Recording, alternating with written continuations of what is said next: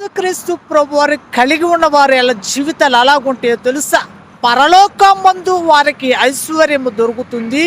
ఈ భూమి మీద కూడా సమస్త సమాధానము, సమస్త నెమ్మది, సమస్త ఆనందము, సమస్త దీవెన, సమస్త ఐశ్వర్యము అనేది ఈ భూమి మీదుగా దొరుకుతుందండి. యేసుక్రీస్తు ప్రభువారి యొక్క హృదయాలలో, మన హృదయాలలో ఉంటే పరలోకమందు మనకి ఆనందమే, ఈ భూమి మీద కూడా ఆనందముతో కూడిన ఆనందం అనేది కలుగుతుంది. కష్టాలు వచ్చినా సరే కష్టాలలో కూడా మనం ఆనందిస్తామండి.